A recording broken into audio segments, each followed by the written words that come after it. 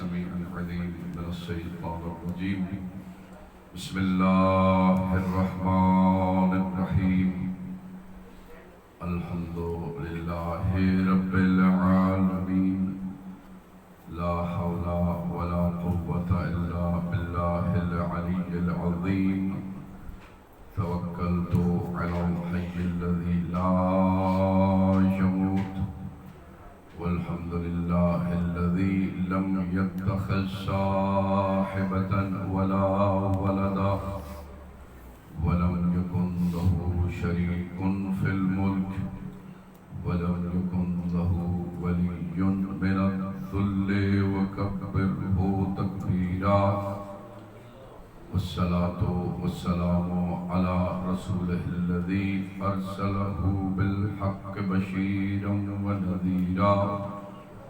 وداعيا إلى الله بإذنه وسراجا منيرا سيدنا ومولانا أبي القاسم محمد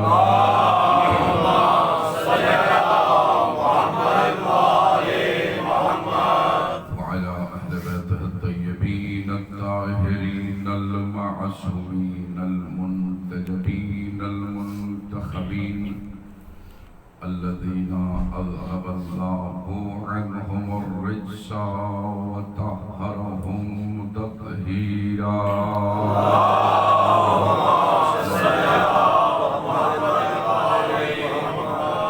وعلى فاطمة وأبيها وباعلها وبنيها والسر المستودع فيها بعدد ما أحاط به علمك لا سيما بقية الله الأعظم روحي وأرواح العالمين لتراب مقدمه الفداء عجل الله تعالى فرجه الشريف وسهل الله تعالى مخرجه الشريف واللعنة الدائمة على أعدائهم ومنكري فضائلهم ومصائبهم وعظمتهم أجمعين من يوم عداوتهم إلى يوم الدين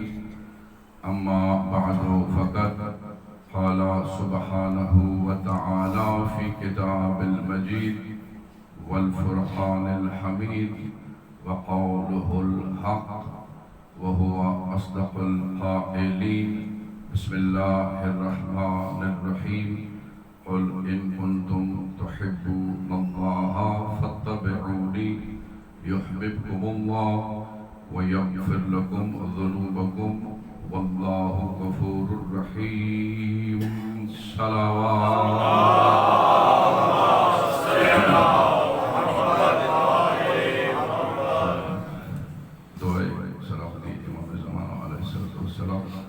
سب مل کے تلاوت فرمائیں بسم اللہ الرحمن الرحیم اللہم کن ولیک الحجۃ ابن الحسن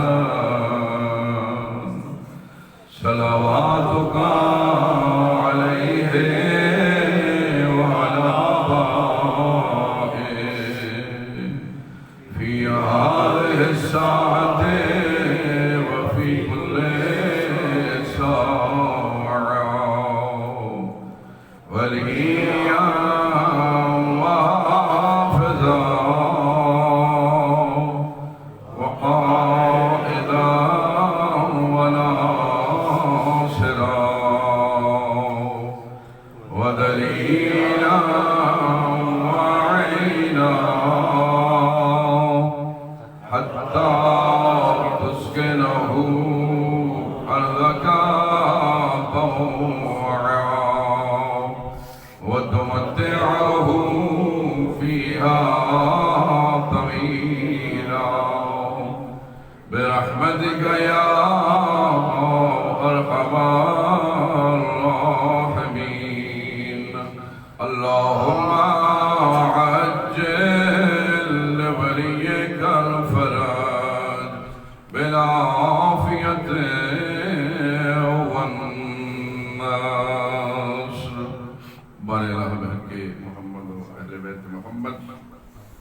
بانیان کی یہ سفید بچانا پھر برگاہ مقبول فرما۔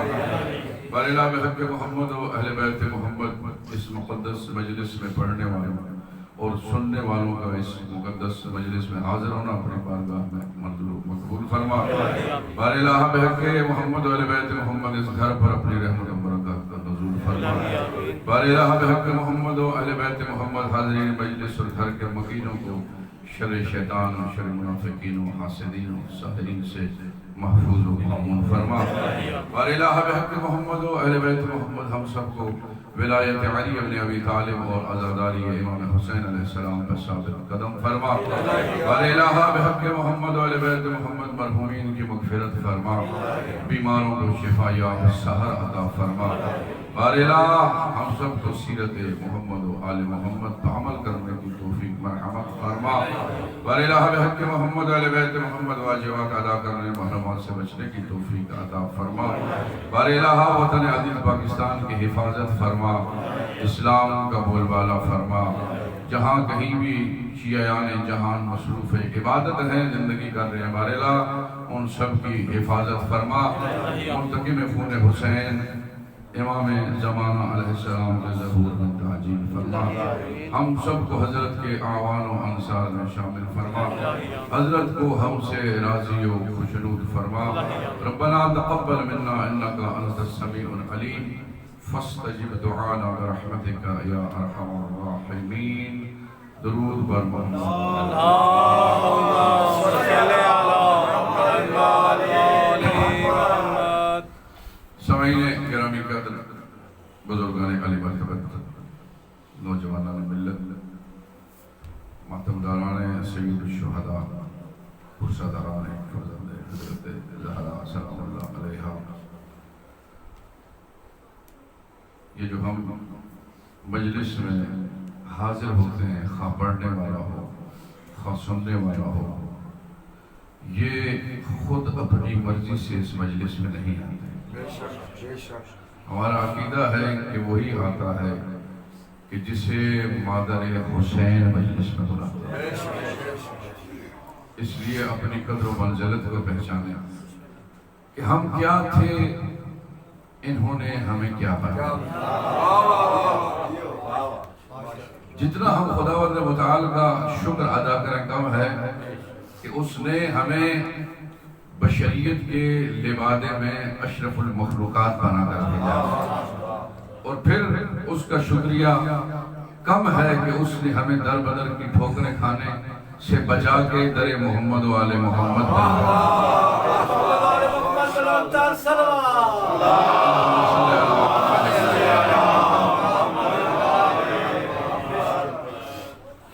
تو اپنی قدر منزلت سمجھنی چاہیے کہ ہم کیا ہیں، اور پھر اس مجلس کے تقدس کا ہمیں پتہ ہونا چاہیے کہ جس مجلس میں ہم جا رہے ہیں وہ مجلس کیا ہے، اس کی اہمیت کیا ہے، اس کا مرتبہ کیا ہے۔ تو میرے عزیزوں، کہ ہم خوشحال ہیں، ہم اپنے اوپر فخر کرتے ہیں کہ ہم مجلس حسین میں آتے ہیں، کیونکہ یہ عام مجلس نہیں ہے۔ جب زمین پہ مجلس امام حسین علیہ السلام پر گزار ہوتی ہے تو فرشتے بارگاہ الہی میں التجا کرتے ہیں۔ سنیں گے تو انشاءاللہ لطف آئے گا، عقیدے کی معراج ہوگی۔ مجلس کا مقام بیان کر رہا ہوں، روایت ہے، کیونکہ ہم اس مجلس میں آپ یہ نہ دیکھیں کہ فقط ہم انسان بیٹھے ہوئے، شیعیان علی بن ابی طالب بیٹھے ہوئے، نہیں، اس مجلس میں آسمان سے فرشتے بھی آگاہ شریف ہیں۔ تو فرشتے بارگاہ خداوندی میں التجا کرتے ہیں، بار الہ ہمیں اجازت ہے کہ ہم حسین کی مجلس میں زمین پہ جا سکیں۔ تو میں ان فرشتوں سے دست بستہ اپیل کروں گا کہ اے فرشتوں، کیا تمہیں تقرب الہی حاصل نہیں ہوا جو حسین کی مجلس کے ساتھ توقف ہے؟ تو عجب نہیں کہ وہ فرشتے جواب دیں کہ شبیہ الحسن کاظمی تمہیں کیا معلوم کہ مجلس حسین کیا ہے۔ ہم تو صبح و شام ہر وقت بارگاہ الہی میں سبوح قدوس کی تسبیح پڑھتے ہیں، کوئی ساعت ایسی نہیں، کوئی دقیقہ ایسا نہیں، کوئی ثانیہ ایسا نہیں کہ ہم اللہ کے ذکر سے غافل ہو جائیں، لیکن پھر بھی ہم مجلس حسین میں آنے کی اللہ سے التجا کرتے ہیں۔ کیوں؟ اس لیے کہ جب ہم اللہ سے مجلس حسین میں آنے کی اجازت مانگتے ہیں، اللہ ہمیں اجازت دے دیتا ہے، ہم مجلس حسین میں شریک ہو جاتے ہیں، اور پھر مجلس کے اختتام پر جب ہم آسمان پر دوبارہ اپنے مقام پر جلوگر ہوتے ہیں تو ہمارے نوری بدن سے اللہ ایک ایسی مہک عطا کرتا ہے کہ پورے اہل سماع اس سے معطر ہو جاتے ہیں، اور وہ فرشتے جو مجلس حسین میں شریک نہیں ہو سکتے وہ ان سے آگے کہتے ہیں کہ آج تم نے کون سا ایسا کام کیا ہے کہ تمہارے نوری بدن سے ایسی مہک آ رہی ہے کہ ہم نے آج تک استشمام نہیں کی، تو ہم فخر سے سینہ تان کے کہتے ہیں کہ ہم مجلس حسین ابن علی میں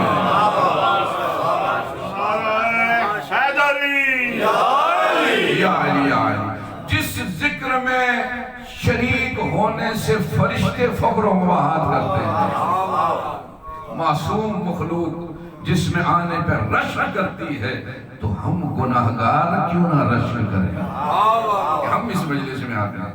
اور یہ عام مجلس نہیں ہے، بہت عظیم مجلس ہے، چھٹے دار ولایت سے اللہم صلی علی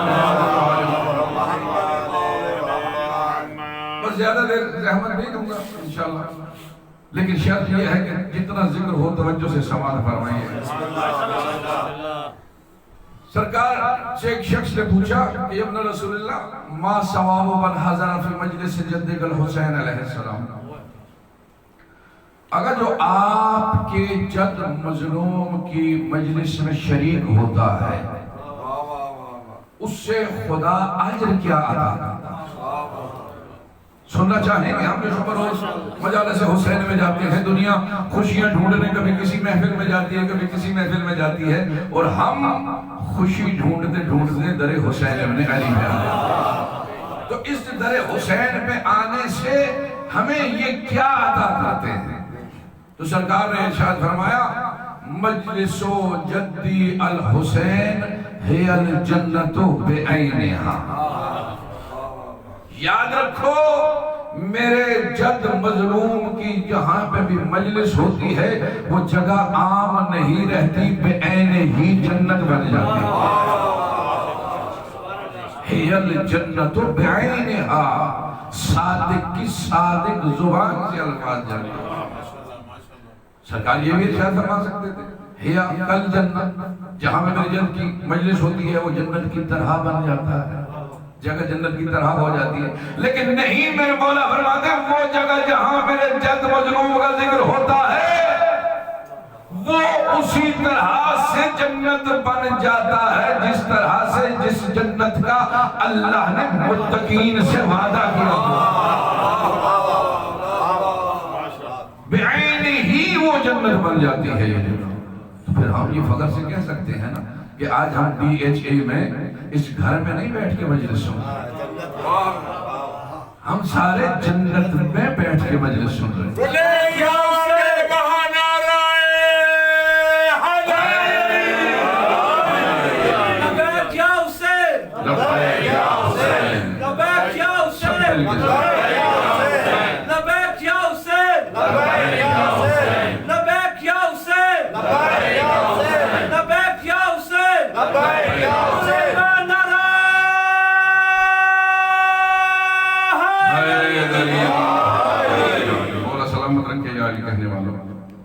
چلیے دنیا مر کے جنت ڈھونڈتی، کوئی مر جاتا ہے تو وہاں پہ فاتحہ کے لیے جاتے ہیں، فاتحہ کے بعد کیا کہتے ہیں بارے اللہ سے جنت نصیب فرما۔ سمجھ آ رہی ہے نا سب کو میری بات؟ بارے اللہ سے جنت نصیب فرما نہیں معلوم اللہ اسے جنت دے گا یا نہیں دے گا۔ دنیا مر کے جنت ڈھونڈتی ہے، قربان جائیں زہرا کے لال پہ، وہ زندوں میں جنت نصیب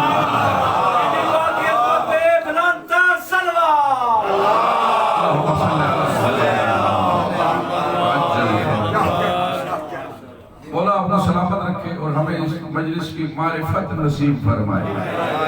اور یاد رکھیں کہ محمد و آل محمد کی محبت کا کم از کم جو صلہ وہ عطا کرتے ہیں وہ جنت ہے۔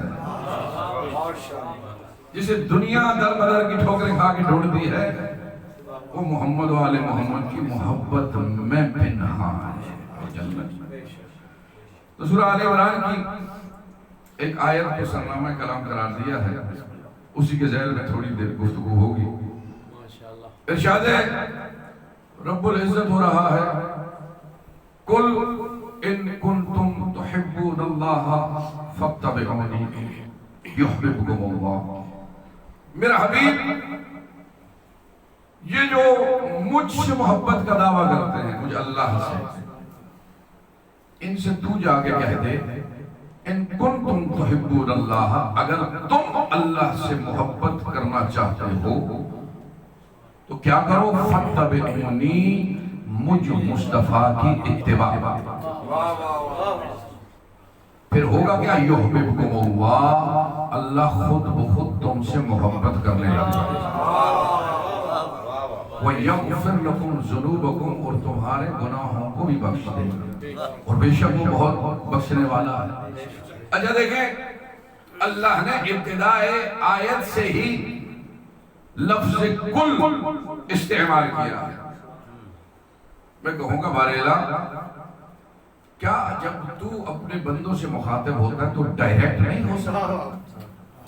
ایک بہت نتیجے کی طرف آپ کے اذہان کو لے کے جانا چاہتا ہوں۔ فقط ایک لفظ کل میں قیامت تک کے لیے بہت بڑے مسائل کا حل اللہ نے ذکر کر دیا، اور یہ قرآن عام نہ سمجھے، قرآن کا ایک ایک لفظ بڑا قیمتی ہے۔ پیغمبر فرماتے ہیں القرآن لہ ظاہر و لہ باطن، قرآن کا ایک ظاہر ہے ایک باطن ہے، بل لہ سبعۃ ابطن، بلکہ اس کے 7 باطن ہیں، بل لہ 70 بطن، بلکہ اس کے 70 باطن ہیں۔ ہم ایک باطن سمجھنے سے قاصر ہیں۔ تو میرے عزیزوں میں کہوں گا بارے تو ڈائریکٹ اپنے بندوں سے نہیں کہہ سکتا کہ اگر تم مجھ سے محبت کرنا چاہتے ہو تو میرے رسول کی اتباع کرو۔ یہ تو نے اپنے مصطفیٰ کو وسیلہ کیوں بنایا؟ اپنی بات پہنچانے کے لیے۔ نہایت توجہ چاہوں گا، لفظ کل کا استعمال کیوں کیا ہے؟ تو ڈائریکٹ بھی کہہ سکتا ہے تو وہ خدا ہے جو شہد کی مکھی کو بھی وحی کر سکتا ہے، تو اپنی اشرف المخلوقات سے بات نہیں کر سکتا، تو عجب نہیں کہ خدا جواب دے۔ خدا کہے گا کہ مجھے پتا ہے کہ میں بات کر سکتا ہوں، میں علی کل شیء قدیر ہوں، میں بات کر سکتا ہوں، لیکن میں نے قیامت تک کے لیے ایک بہت مسئلے کا حل نکالنا ہے۔ وہ حل یہ ہے کہ جب میں اللہ ہو کر اپنی مخلوق سے ڈائریکٹ بات نہیں کر رہا،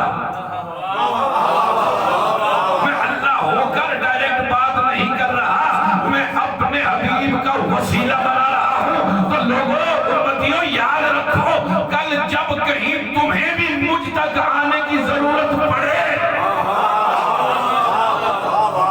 کل جب کہیں تم بھی مجھ تک آنے کی کوشش کرو تو یاد رکھو ڈائریکٹ نہیں آنا، میں اللہ ہو کر مصطفیٰ کو وسیلہ بنا کر تم تک میسج پہنچا رہا ہوں، تو اگر تم بھی مجھ تک پہنچنا چاہو گے تو میرے مصطفیٰ کو وسیلہ بنا کر آنا مجھ تک۔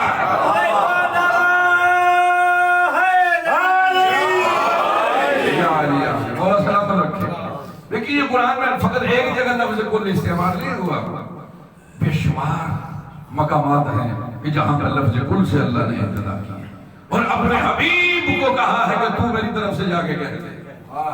بلکہ وہ سورہ اخلاص سورہ توحید کو سورہ اخلاص کیوں کہا جاتا ہے؟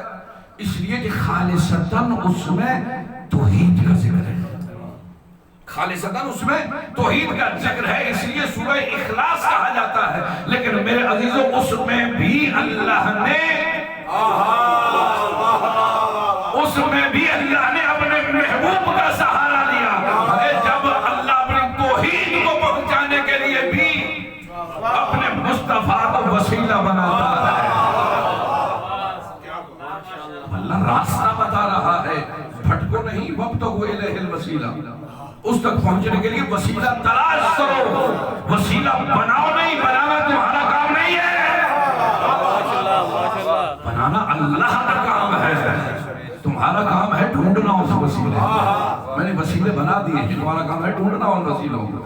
اچھا قل ان کنتم تحبون اللہ فاتبعونی، میرے حبیب ان سے کہہ دے جو میری محبت کا دعویٰ کرتے ہیں، مجھ سے محبت کرنا چاہتے ہیں، لمبے لمبے سجدے کرتے ہیں، رکوع کرتے ہیں، ماتھوں پہ سجدوں کے نشان پڑ جاتے ہیں، پاؤں پر بیٹھنے کے نشان پڑ جاتے ہیں، جاؤ ان سے کہہ دو کہ اگر تم مجھ سے محبت کرنا چاہتے ہو، ان کنتم تحبون اللہ، تم اللہ سے محبت کرنا چاہتے ہو تو کیا کرو، فاتبعونی، اے مصطفیٰ ان سے کہہ دے کہ تیری اتباع کریں، مصطفیٰ کی اتباع کریں، پھر ہوگا کیا، یحببکم اللہ ویغفر لکم ذنوبکم، اللہ آٹومیٹکلی تم سے محبت کرنے لگا۔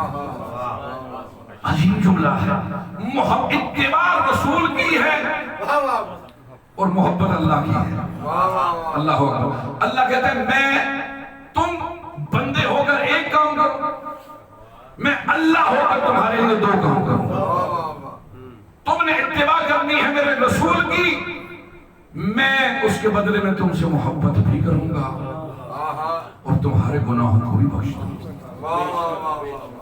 اللہ اکبر۔ دیکھیے لفظ استعمال ہوا اتباع کا، خوش تو بہت ہوتے ہیں کہ ہم محمد سے محبت کرتے ہیں، محبت کرنا کمال نہیں ہے، اتباع کا حکم ہے اس میں، اتباع ہوتی ہے بالکل ہو بہو ایسے عمل کرنا جیسے مصطفیٰ نے عمل کیا۔ ایک ہوتی ہے اطاعت، ایک ہوتی ہے اتباع۔ اطاعت ہوتی ہے قول میں، اتباع ہوتی ہے عمل میں، جیسے میرا مصطفیٰ عمل کرے ایسے تم عمل کرو گے۔ تو پہلے تو سنتے تھے نا کہ ایک ہی محبوب ہے اللہ کا، محبوب کی محفل کو محبوب سجاتے ہیں، آتے ہیں وہی جن کو سرکار بلاتے ہیں۔ دنیا ایک ہی محبوب سمجھتی رہی، اللہ کہتے ہیں جو بھی میرے اس محبوب کی اتباع کرے گا وہ بھی میرا محبوب بن جائے گا۔ فقط ایک محبوب نہیں ہے، جو بھی اس کی اتباع کرے گا وہ میرا محبوب بنتا چلا۔ اچھا اب ہم نے ڈھونڈنا ہے کہ کون کون ایسی ہستیاں ہیں کہ جنہوں نے مصطفیٰ کی اتباع کی، کیونکہ اللہ نے حکم دیا ہے کہ جو بھی میرے مصطفیٰ کی اتباع کرے گا وہ میرا محبوب بن جائے گا۔ اب ہم نے دیکھنا ہے کہ کون کون کس کس ہستی نے اتباع رسول کی اور اللہ کا محبوب بن گئے۔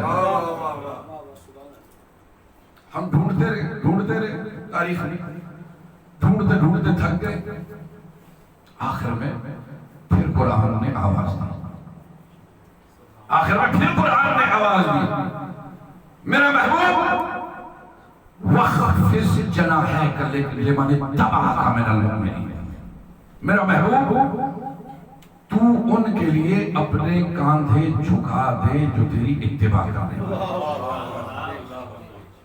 سورہ شعراء۔ اب ہماری مشکل آسان ہو گئی، پہلے ہم ڈھونڈ رہے تھے اتباع کرنے والے کون ہیں، لیکن قرآن نے ہی ہماری مشکل حل کر دی کہ اللہ نے کہا میرا محبوب تو ان کے لیے اپنے کاندھے جھکا دے جو تیری اتباع کرنے والے ہیں۔ اب ہم نے اتباع کرنے والوں کو نہیں ڈھونڈنا، ہماری وہ ریسرچ ختم ہو گئی، اتباع کرنے والوں کو ڈھونڈنا۔ اب ہم نے کیا کرنا ہے، اب ہم نے دیکھنا ہے کہ مصطفیٰ کے کاندھے کہاں کہاں جھکے ہیں۔ اب ہم نے اتباع کرنے والوں کو نہیں ڈھونڈنا، اب ہم نے ڈھونڈنا ہے کہاں کہاں پہ مصطفیٰ کے کاندھے جھکے۔ پوری تاریخ اسلام کو اٹھا کے دیکھ لو، تو ہی مقامات پر مصطفیٰ کے کاندھے جھکتے ہوئے نظر آئے،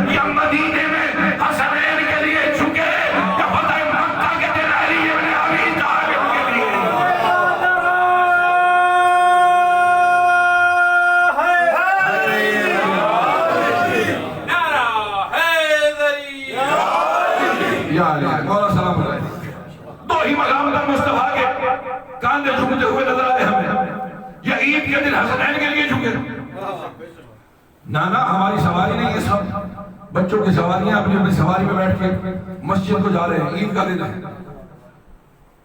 تو وہ نبی کے جو وما ینطق عن الہوا کا مصداق ہے، جو وحی کے بغیر رخ نہیں کرتا، جو وحی کے بغیر کوئی قدم نہیں اٹھاتا، وحی کے بغیر کوئی کام کرتا نہیں ہے، جیسے حسنین نے کہا نانا ہماری سواری نہیں ہے، مصطفیٰ نے آیت کی تفسیر کرتے ہوئے اپنے کاندھے جھکا دیے۔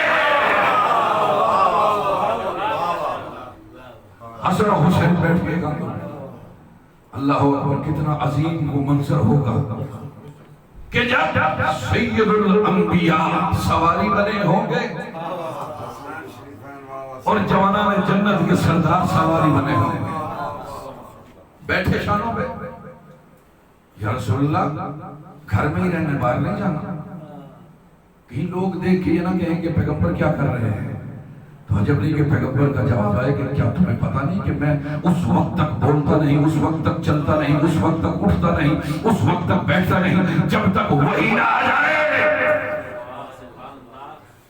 آج میں مدینے والوں کو بتا کے رہوں گا کہ سواری کیا ہوتی ہے اور سوار کیا ہوتے ہیں۔ مصطفیٰ اسی انداز سے نکلے گھر سے، ایک شانے پہ دائیں پہ حسن ہے، بائیں پہ حسین ابن علی ہے، نکلے مدینہ کی گلی میں، ایک صحابی آگے سے آئے، یا رسول اللہ السلام علیکم، علیکہ السلام، یا رسول اللہ نعم المرکب، کتنی پیاری سواری ہے، خدا کی قسم رحمت للعالمین کے چہرے پہ جلال آ گیا۔ مصطفیٰ فرماتے ہیں تجھے سواری نظر آ رہی ہے، سوار نظر نہیں آ رہی، کتنے پیارے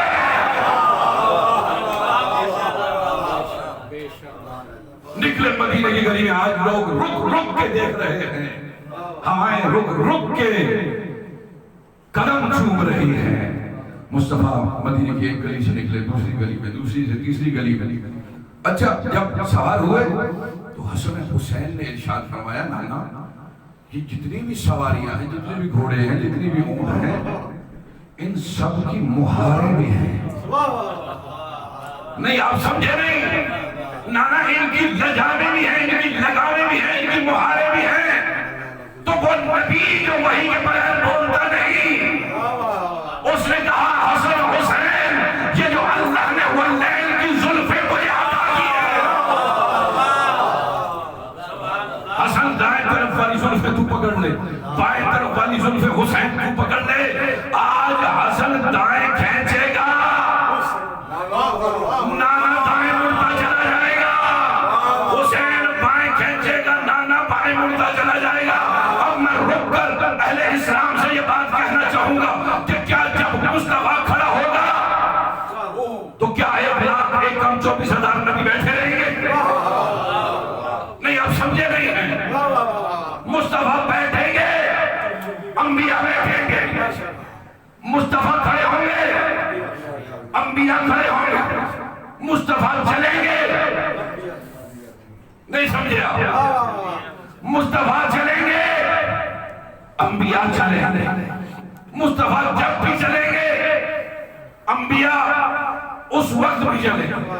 مصطفیٰ آج مدینے کی گلی میں اکیلا نہیں چل رہا، آج 1,24,000 انبیاء میرے مصطفیٰ کے پیچھے چل رہے ہیں۔ تو پھر مجھے یہ کہہ دینے دو کہ آج بچپن کا حسین اور حسن کا یہ عالم ہے کہ آج حسن دائیں کھینچتے ہیں تو مصطفیٰ دائیں مڑتے ہیں، حسین بائیں کھینچتے ہیں تو نبی بائیں مڑتے ہیں۔ تو یاد رکھو فقط مصطفیٰ نہیں مڑ رہے، 1,24,000 انبیاء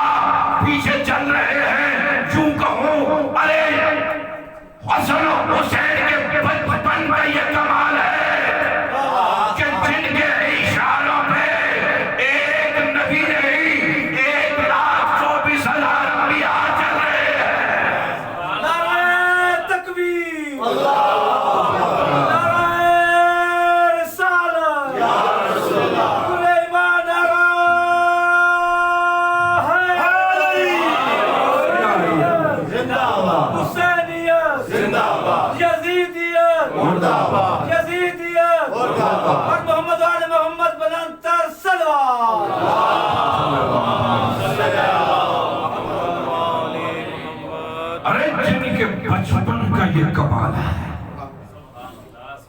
کہ جن کے اشاروں پہ نبوتیں چلتی ہوئی نظر آتی ہیں، جن کے بچپن کا یہ کمال ہے، نہ جانے جوانی میں کیا کمال ہوگا۔ حسن و حسین کا دنیا پہچان نہیں سکی یہ کون ہستیاں ہیں۔ دوسرا، جب فتح مکہ کے دن مکہ فتح ہوا، پیغمبر آئے خانہ کعبہ کے پاس، کبھی دائیں دیکھا پھر بائیں دیکھا، پھر ایک آواز دی، یا علی۔ خدا کی قسم اتنا لطف ہے اس نام علی میں کہ دل کو ٹھنڈک پڑ جاتی ہے۔ کسی کے دل کو ٹھنڈک پڑ جاتی ہے، کسی کا دل جل کے راکھ ہوتا ہے۔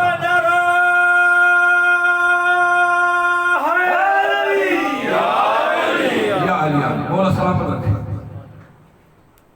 علی کی یہ ختم نہیں ہوئی، علی حاضر ہوئے، لبیک یا رسول اللہ، حکم کیجئے۔ خدا کی قسم یہ تربیت ابو طالب کا اثر ہے،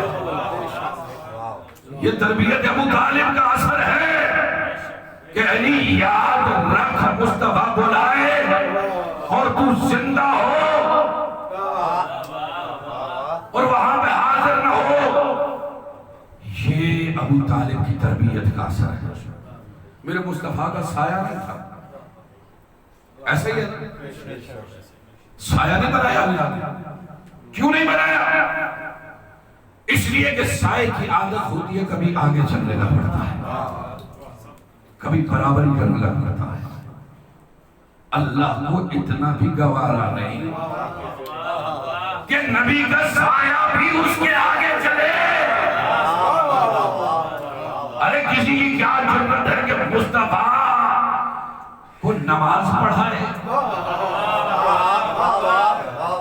وہ نبی، وہ اللہ کے جو نبی کے سائے کو بھی آگے پسند نہیں کرتا۔ ارے توجہ فرمائیں آپ، اچھا سایہ نہیں بنا، لیکن ابو طالب نے کہا یا علی میرے نبی کا سایہ نہیں ہے، لیکن تو نے ساری زندگی اس کا سایہ بن کے رہنا۔ اچھا لبیک یا رسول اللہ، پیغمبر نے اپنے دونوں کاندھے جھکا دیے، کہا یا علی سوار ہو جا۔ علی سوار ہوئے، آیت کی تفسیر مکمل ہوئی، سوار ہوئے۔ میں یہاں پر رک کے پیغمبر سے پوچھنا چاہتا ہوں یا رسول اللہ کہ آپ وہ ہستی ہیں کہ جو زمین سے آسمان پہ اشارہ کرے تو چاند دو ٹکڑے ہو جاتا ہے۔ یا رسول اللہ کیا بت آپ نہیں توڑ سکتے تھے؟ آپ اشارہ کرتے بت آپ کے قدموں میں آ جاتے، لیکن عجب نہیں کہ مصطفیٰ فرمائے کہ دیکھو پتہ مجھے بھی ہے، میں یہ کر سکتا ہوں، لیکن میں یہ علی سے کروا کے دنیا والوں پر یہ ثابت کرنا چاہتا ہوں کہ میرا علی بت پرست نہیں ہے، بت شکن ہے۔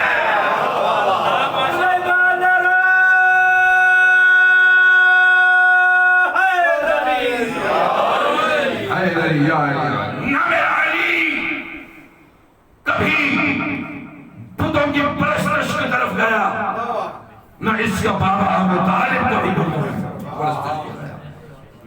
آج بڑا کہتے ہیں کہ کلمہ نہیں پڑھا، علی کے بابا نے کلمہ نہیں پڑھا۔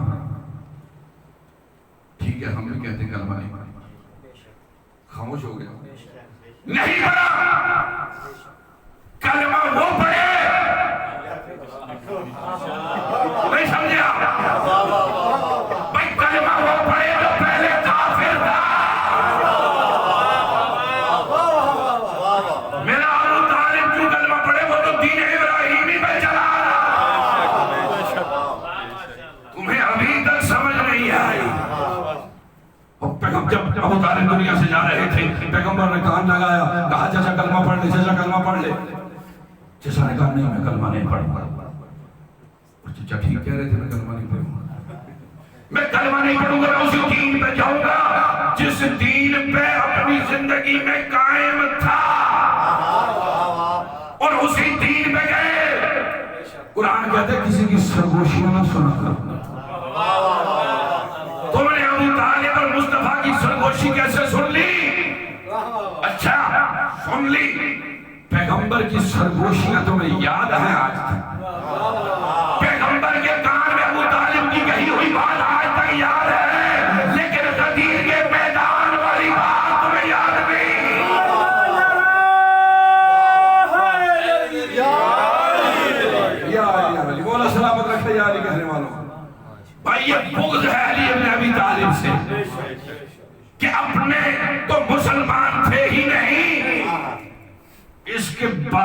کو بھی کافر ڈکلیئر کر دو تاکہ کسی نہ کسی طرح سے تو برابری ہو سکے. لیکن انہیں یہ نہیں پتا کہ یہ ابو طالب فقط علی کا باپ نہیں ہے، تم سب کا باپ ہے، یہ سب کا ابو ہے. اچھا جب دعوت توحید ہوئی بات کہیں سے کہیں طرف نکل گئی. جب دعوت توحید ہوئی اللہ نے ارشاد فرمایا وانذر عشیرتک الاقربین، میرا محبوب آج کے بعد اپنے رشتہ داروں کو بلاؤ اور انہیں انذار کرو، انہیں ڈراؤ، انہیں دعوت حق دو. پیغمبر نے کہا یا الہ کہاں پہ دعوت دو؟ کہا اپنے چچا کے گھر. اللہ اکبر اللہ اکبر. اہل عقل کے لیے نشانیاں ہیں، بے عقلوں کے لیے نشانیاں نہیں. قرآن بھی عاقلین کے لیے آیا ہے، بے عقلوں کے لیے نہیں آیا. تدبر کرنے والوں کے لیے نازل ہوا ہے. کہا اچھا دعوت دو. کہا بارے کہاں میں دوں؟ کہا ابو طالب کے گھر. میں کہوں گا بارے دعوت تیری توحید کی ہو رہی ہے، دعوت تیری توحید کی ہو رہی ہے تو اپنے گھر پہ کروانا. خانہ کعبہ کھلا ہوا ہے، وہاں پہ کیوں نہیں دعوت کراتا؟ وہاں پہ سامنے میدان بھی کھلا ہے، کیوں ابو طالب کا گھر سلیکٹ کیا ہے دعوت توحید کے لیے؟ فقط یہ گھر سلیکٹ کرنا ہی اس بات کی دلیل ہے کہ ابو طالب بت پرست نہیں، بت شکن کا نام ہے. میں کہوں گا باریلا تو اپنے گھر دعوت توحید رکھ، تو عجب نہیں کہ خدا جواب دے شبیح الحسن کاظمی کیا تجھے پتہ نہیں ہے کہ یہ دعوت ہے توحید کی اور میرے خانہ کعبہ میں ابھی بت پڑے ہوئے ہیں. مجھے ایسی جگہ چاہیے کہ جہاں پر بت نہ ہو، بتوں سے پاک ہو. میں تمام اہل اسلام سے یہ سوال کرتا ہوں کہ مکہ میں کون سا ایسا گھر تھا جہاں پر بت نہ ہو؟ فقط ایک گھر ایسا تھا مکے میں جس گھر میں بت نہیں تھے، اور وہ گھر تھا ابو طالب کا.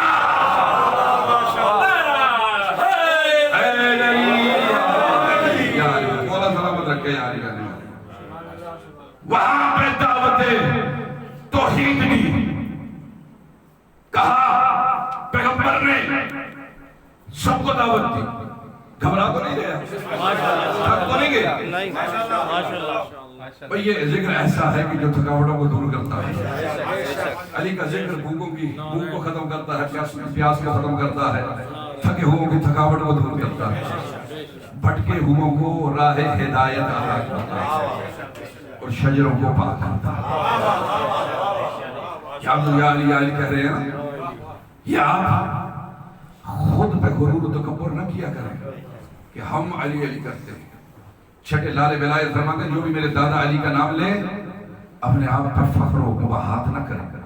بولا کیا کریں؟ بولا فرماتے ہیں فَلْيَشْكُرْ لِأُمِّهِ، اسے چاہیے کہ اپنی ماں کا شکریہ ادا کرے جس نے حلالی پیدا کیا.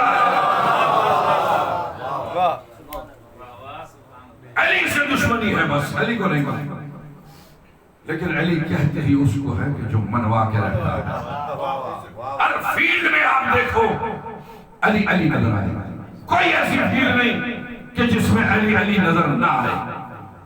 میدان میں دیکھو گے تو علی ہے، منبر پہ دیکھو گے تو علی ہے، محراب میں دیکھو گے تو علی ہے، مصلی پہ دیکھو گے تو علی ہے، میدان جنگ میں دیکھو گے علی ہے، بدر میں دیکھو گے علی ہے، احد میں دیکھو گے علی ہے، حنین میں دیکھو گے علی ہے، خندق میں دیکھو گے علی ہے، صفین میں دیکھو گے علی ہے، جمل میں دیکھو گے علی ہے، عشیر میں دیکھو گے علی ہے، غدیر میں دیکھو گے علی ہے.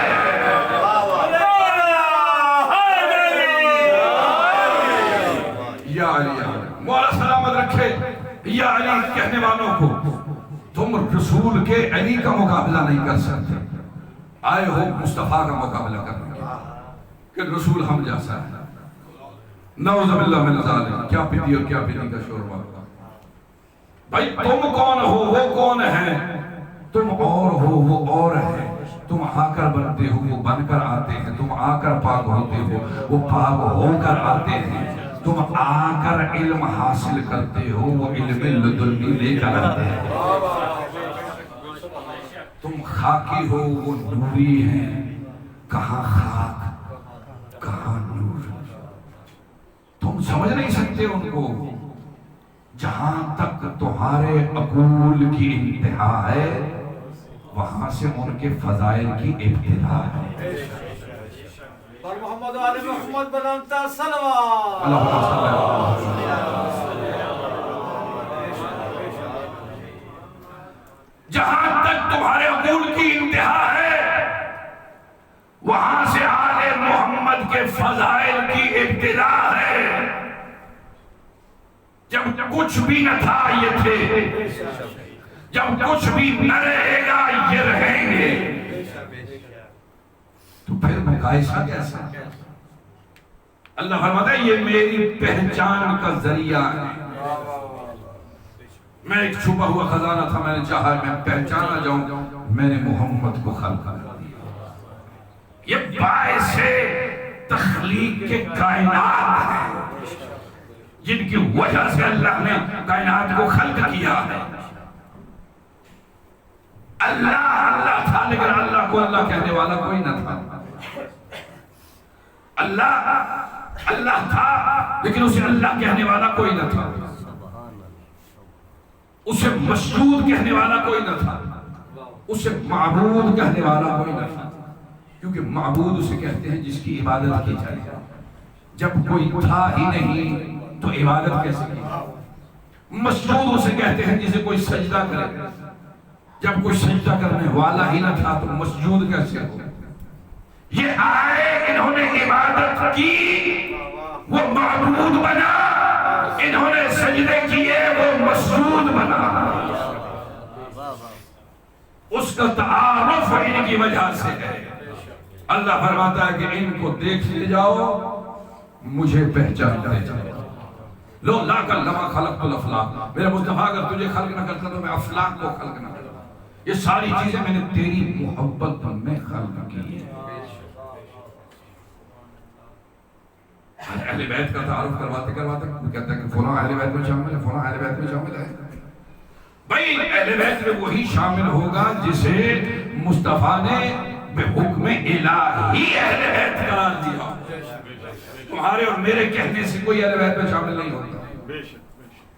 جب کسا کے نیچے آئے 5 ہستیاں، بس آخری فضائل کہہ رہے ہیں، جبرائیل نے پوچھا یا رب وہ من ہوا تحت الکسا، اس کسا کے نیچے کون ہے؟ تو جواب ملا ہم فاطمہ تو و ابوہا و بالوہا و بالوہا، یہ فاطمہ ہے، یہ اس کے بابا ہے، یہ اس کے شوہر نامدار ہیں، یہ اس کے بیٹے ہیں، یہ ہے۔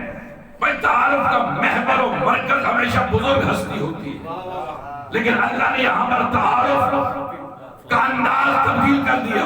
چاہیے تو یہ تھا کہ مصطفیٰ سے تعارف کروا، یہ مصطفیٰ ہے، یہ اس کی بیٹی ہے، اس کے داماد ہیں، اس کے بیٹے ہیں، لیکن تعارف کا محور مرکز جناب سیدہ کو قرار دیا۔ یہ فاطمہ ہے، یہ اس کے بابا ہیں، یہ اس کے شوہر ہیں، یہ اس کے بیٹے ہیں۔ بھئی یاد رکھو مصطفیٰ نے اپنے سے تعارف نہ کروا کے، فاطمہ سے تعارف کروا کے دنیا والوں کو بتا دیا کہ اہل بیت وہ نہیں ہے جس کا تعلق رسول سے ہے، بلکہ اہل بیت وہ ہے کہ جس کا تعلق بطول سے ہے۔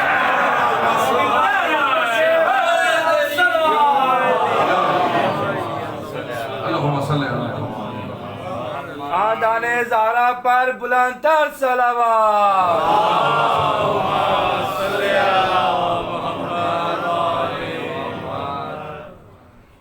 اہل بیت وہ نہیں کہ جسے تو اہل بیت کہے، اہل بیت وہ ہے کہ جس سے میرا نبی اہل بیت ہے۔ تمہارے اور نبی کے اہل بیت میں فرق ہے، تمہارے کہنے سے ہر کوئی اہل بیت میں آ جائے گا، لیکن اللہ اسے اہل بیت ڈکلیئر کرتا ہے جسے مصطفیٰ ڈکلیئر کرتا ہے۔ کیونکہ وحی کے بغیر گفتگو نہیں کرتا. بس اسی فضائل کی انتہا پہ پہنچنے کے بعد آل محمد سے دنیا نے دشمنی شروع کر دی. اللہ اور اس کے رسول نے جنہیں اہل بیت کہا تھا، انہوں نے ٹھان لی تھی کہ ہم نے انہیں ہر زمانے میں قتل کر دیا.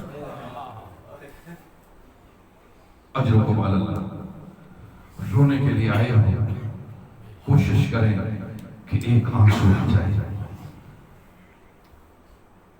جناب سیدہ رومال لے کر ہر ایک کے اشکوں کو جمع کرتے ہیں اور حسین کے زخموں کی مرہم کرتے ہیں. کوشش کرو ایک آنسو آ جائے. جناب سیدہ کے سامنے ہم شرمندہ نہ ہو سکے، اور آج جس کے غم میں ہم بیٹھے ہیں، آج اتنا غمگین دن ہے یہ 28 صفر، کہ جس دن فاطمہ کے گھر میں قیامت ٹوٹ پڑی. باپ کا سایہ سر سے چلا گیا اور بیٹے حسن کے لاشے پہ تیر مارے گئے. کیا کم قیامت ہے جس کے گھر سے ایک لاشا اٹھتا ہے، گھر میں کوہرام بپا ہوتا ہے. اندازہ لگاؤ فاطمہ کے گھر سے ایک دن میں 2 جنازے اٹھاتے ہیں.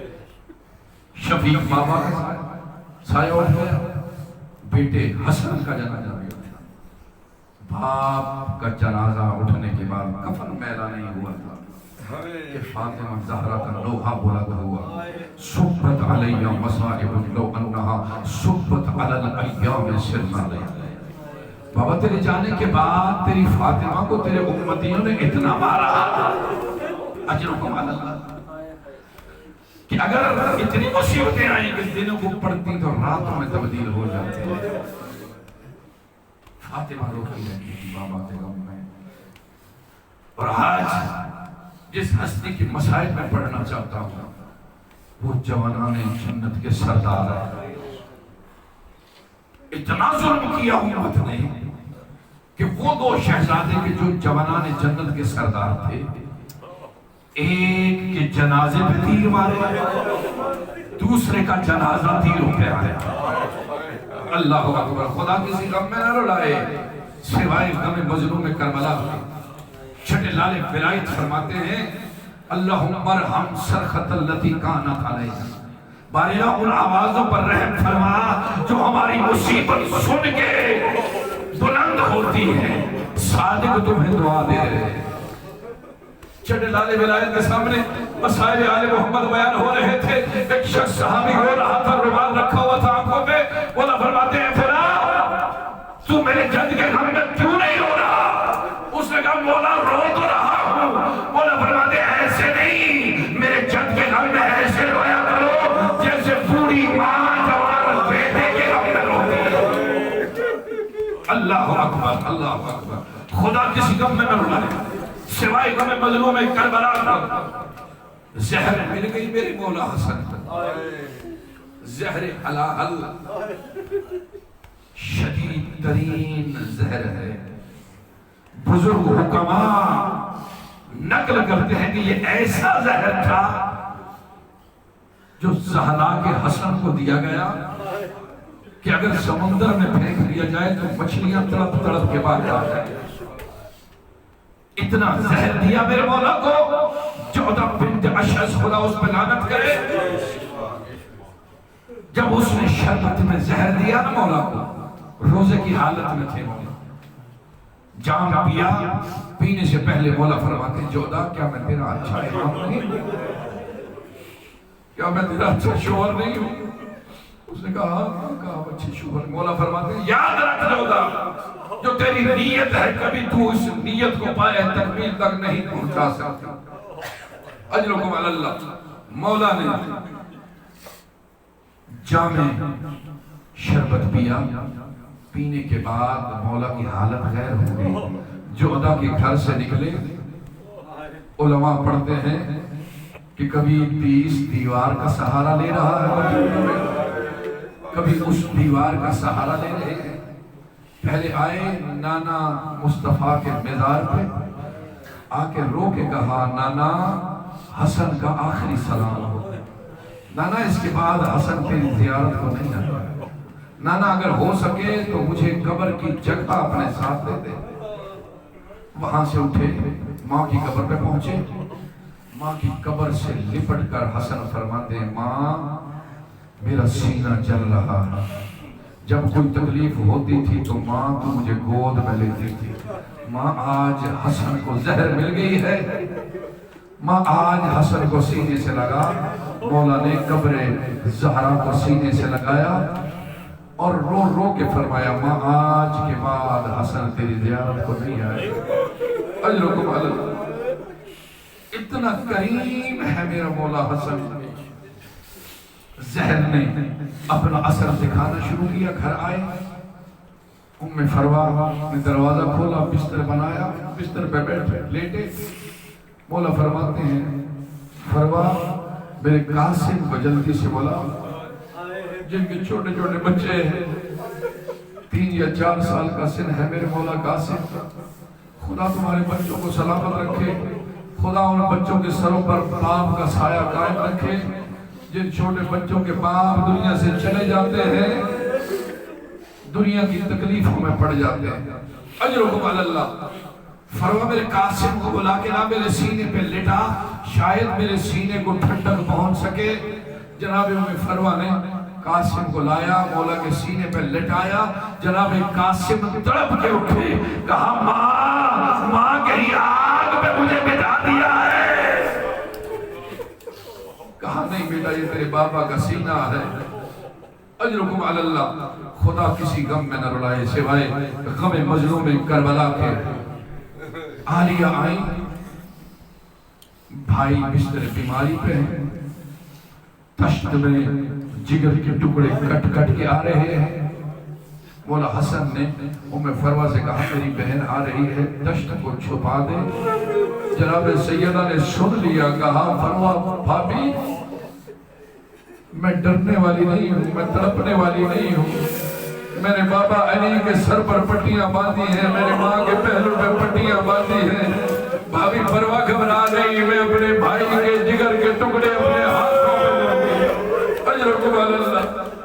رو لو، شاید ہماری زندگی کی آخری مجلس ہو، پھر شاید مجلس نصیب ہو یا نہ ہو۔ اجرکم علی اللہ۔ تشت میں گرتے ہوئے جگر کے ٹکڑے جناب سیدہ نے اپنے ہاتھوں میں لیے، اپنے سامنے بھائیا کو اس دنیا سے جاتے ہوئے دیکھا۔ بھائی حسن آگے، عباس دروازے کے باہر کھڑے ہیں، مولا نے سب کو بلایا، سب سے الوداع کیا۔ بھائی عباس کو بہنوں کی چادروں کی محافظت کے لیے وصیت کی، کہا عباس میری بہن زینب و کلثوم کی چادروں کی تم وارث ہو، حفاظت کر۔ اجرکم علی اللہ۔ پھر مولا حسین کو اپنے اسرار امامت عطا کیے۔ مولا حسین وصیت سن بھی رہے ہیں، رو بھی رہے ہیں، اتنا گریہ کر رہے ہیں کہ مولا حسین تڑپ کے فرماتے ہیں، مولا حسن فرماتے ہیں بھیا حسین کیوں رو رہا ہے؟ کہا بھیا حسن ابھی بھی نہ رو، تجھ جیسا بھائی مجھے چھوڑ کے جا رہا ہے، اس کو زہر مل گئی ہے، میں ابھی بھی نہ رو۔ مولا حسن فرماتے ہیں بھیا حسین آج تم میری اتنی سی غربت میں اتنا رو رہا ہے، لیکن یاد رکھ لا یوما کا یوم کا باب دلہ، ارے تیری شہادت کا تیرا ایسا ہوگا کہ کائنات تجھ پہ روئے گی۔ ہاں حسین آج تم مجھ پہ رو رہا ہے، تجھ پہ کائنات روئے گی، لیکن حسین یاد رکھ میں دنیا سے جا رہا ہوں، لیکن میرا جنازہ اٹھانے کے لیے تو موجود ہے، میرے جنازے کو کاندھا دینے کے لیے میرا عباس موجود ہے، میرا جنازہ اٹھانے کے لیے میرا عرفیہ موجود ہے، لیکن میرے بھیا حسین تیرا لاشا کربلا کے میدان میں 3 دن تڑپتا رہے گا، کوئی اٹھانے والا نہیں ہوگا۔ ہاں حسین بھیا مجھے پتا ہے مجھے 2 کفن ملے گی، میری ماں نے وصیت کی تھی جاتے ہوئے زینب کو کہ بیٹا زینب یہ کفن تیرے بابا علی کا ہے. بی بی نے سائڈ میں رکھا یہ تیرے بھائی حسن کا ہے. جب سائڈ میں رکھ دیا بی بی فرماتی ہے یہ بھی تیرے بھائی حسن کا ہے. جناب زینب لو کے فرماتی ہے اماں دنیا والے تو ایک کفن پہناتے ہیں کہ بھیا حسن کے 2 کفن کیوں ہیں؟ تو جناب زہرا نے فرمایا تھا ارے نانا کی اماں تیرے حسن کے جنازے پہ تیر مارے گی. جنازہ واپس آئے گا پھر کفن ملے گا. پھر بی بی نے دیکھا صندوق خالی ہے. ماں سے فرمایا ماں بابا کا کفن موجود ہے, بھیا حسن کے 2 کفن موجود ہیں, کیا میرے بھیا حسین کے لیے کفن نہیں رکھا؟ لوگ بی بی فرماتی ہے اے زینب تیرے بھیا حسن کو 2 کفن ملیں گے لیکن تیرے بھیا حسین کا لاشا کربلا کی زمین پہ تڑپتا رہے گا, کوئی دفن کرنے والا نہیں ہوگا. اجرکم علی اللہ. بس آخری بات, خوش نصیب تھے میرے مولا حسن جنہیں کفن جنازہ اٹھایا, گھر سے بڑی شان شوکت سے جنازہ اٹھایا. جب نانا کے مزار پہ پہنچانا تھا ایک ملعونہ نے پہلا تیر چلایا. تیر کا چلنا تھا علی کا, علی بیٹا عباس جیسے ہی ایک تیر چلا توڑے گھر کی جانب. جب گھر آئے تلوار ننگی اٹھائی, باہر نکلے جس کی جرأت تھی کہ میرے حسن کے جنازے پہ تیر چلائے. حسین آگے آئے, کہا عباس تو نے جنگ نہیں کرنی. ارے میرے مولا عباس وہ جری تھا کہ جس کی شجاعت گھٹ گھٹ کے اس کے بدن میں رہ گئی. اجرکم علی اللہ, اجرکم علی اللہ. بس آپ جاؤ, خدا کسی غم میں نہ لائے سوائے غم مظلوم کربلا کا. جب مولا حسن بھائی کو وصیت کر رہے تھے ایک مرتبہ مولا نے یہ بھی کہا ہوگا, یہ میرے جملے کہا ہوگا حسین بھیا میں دنیا سے جا رہا ہوں لیکن میرے قاسم کو کسی نے تماچا نہیں مارا. میں جا رہا ہوں میرے اس چھوٹے یتیم بیٹے کو کسی نے تماچا نہیں مارا, لیکن ہاں حسین کربلا کے میدان میں جب تو دنیا سے جائے گا تیری 4 سالہ سکینہ کو ہر کوئی تماچا مار رہا ہوگا. کوفہ سے شام تک جس کا دل چاہتا تھا وہی تماچے مارتا تھا. بی بی سکینہ مولا سجاد سے فرماتی ہے سجاد بھیا شمر سے کہو میرے بدن پہ تازی آنے والے لیکن میرے منہ میں تماچے نہ مارے, میرے منہ سے خون جاری ہے. الا لعنت اللہ الا قوم الظالمین وسيعلم الذين ظلموا اي منقلب. یا حسین ماتم حسین.